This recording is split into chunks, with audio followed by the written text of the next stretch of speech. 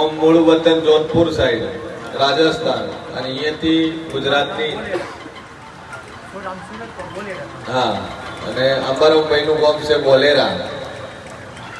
બોલેરા હા રૂણીપાય રાધનપુર સાઈડ બોલેરા એટલે અહીંયા રહે છે જોબ કરે છે નોકરી કરે છે છતાં 1 લાખ રૂપિયા રહોડું આલવું એ કાઠું છે હા દિલ હોવું જોઈએ હૃદય હોવું જોઈએ ખાવા વાળા ગણાય છે ભાઈ પણ ખવડાવવા વાળા છે બનાવીને આલવું ખવડાવવું એ અઘરું છે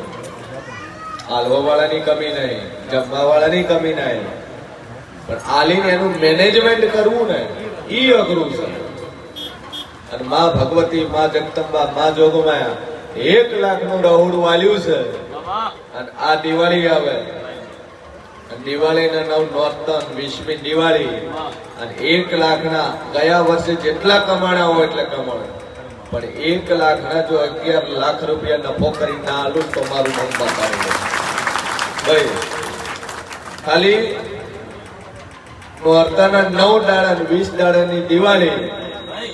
એક જ મહિનાની અંદર 11 પેટી 11 લાખ રૂપિયા કમાઈને આલું તો મોજક જગતમાં મેં માતાએ વળતર આલી છે ભાઈ સમજ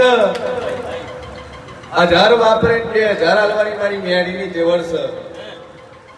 500 વાપરે 1000 કરીને હાલવાની તે વર્ષ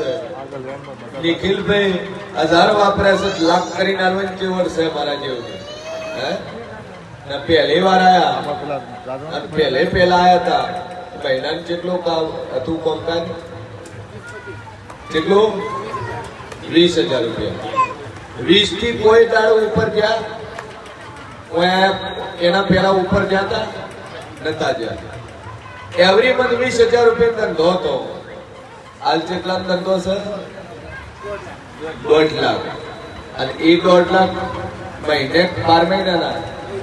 1.5 લાખ શનિવાર આવે એટલે ટ્રેન નો ટાઈમ જોવે કે રાતે વધી તો એક્સપ્રેસ કેટલા વાગે આવશે કેટલા વાગે ભીલડી ઉતરે અને ટ્રેન ની ટિકિટ લઈને આજ 12 મહિના થઈ દેવાયા 12 મહિના આજ 12 મહિના પૂરા થાય છે અને જે ટાઈમે કોઈએ કીધું મોરાલ જજે તેના પછી દુનિયા ફરી જ હતું પણ મોરાલ વાળી ઉપર વિશ્વાસ માંગતું